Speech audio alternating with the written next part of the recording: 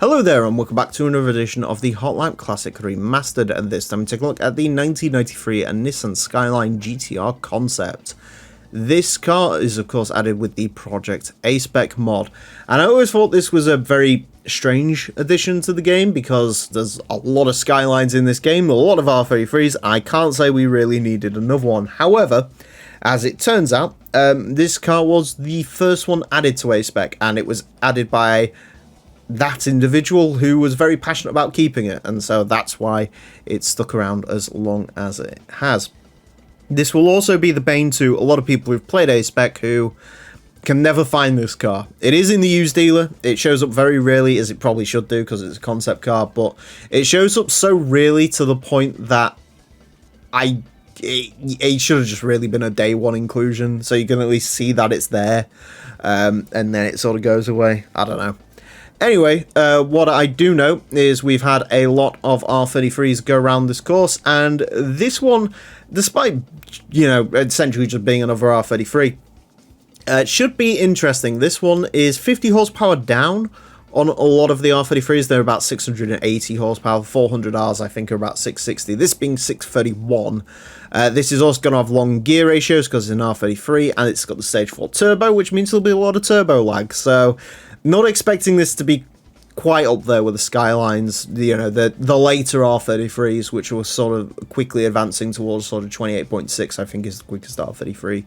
So, yeah, this one could be interesting, but we'll see. Four-wheel drive, 631 horsepower, 1,361 kilograms. In case you're wondering, yeah, the R33 concept car kind of just looked like the R33 did in actuality. I think the front end is a bit more R32-esque, but, I mean, honestly, they kind of knew what they were doing by 93, and then obviously by, I think it was 94 the R33 came out. Anyways, to find out how quick the R33 concept car is, it is going to get 6 laps of the Motorsports Land track in order to set the best time it possibly can. Our current leader is the Honda RA099. That car set a time of a 25.682. This one is likely to beat that. So far, so good. I haven't driven a Skyline in a long time around here, as you can expect, because the series has been sort of done a long time. But I am sort of quickly remembering the R33 is easily the nicest driving of all of the Skylines. If I had to drive a Skyline around here in sort of perpetuity, it would be an R33.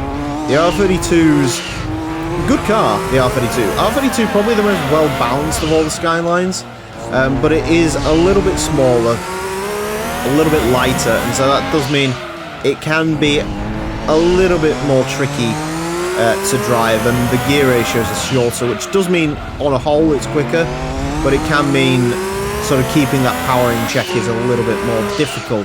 Then you've got the 33s, which is this one, which are the heaviest of all of them. Long gear ratios, but they make up for that with huge amounts of grip. Like, these cars are seriously grippy. Easily the best handling of the Skyline bunch.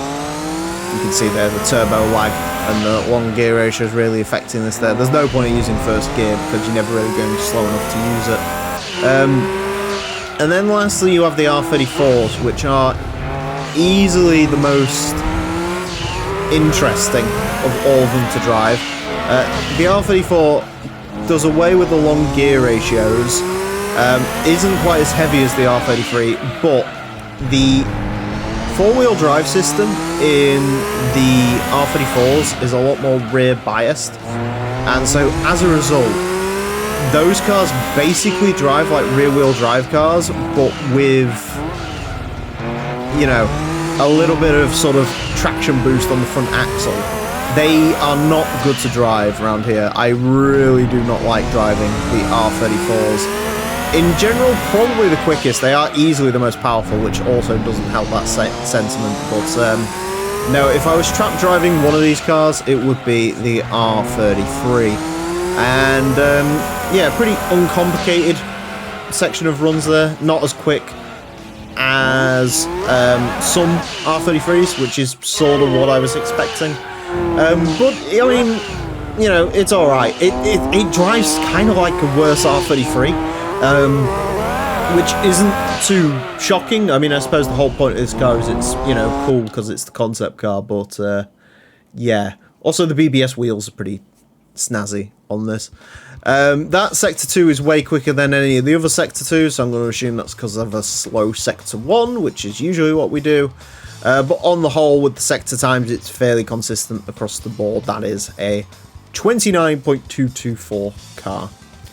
29.224 will place this into 153rd place. Goes in between the Fiat Coupe 2-litre 20-valve turbo, which doesn't sound like much, and the Honda NSXR LM GT2.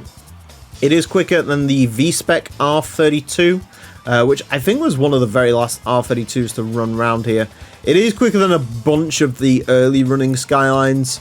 It is off of the V-Spec R33, which you might be able to see there. I think that was a 29.1, somewhere around here. 29.132.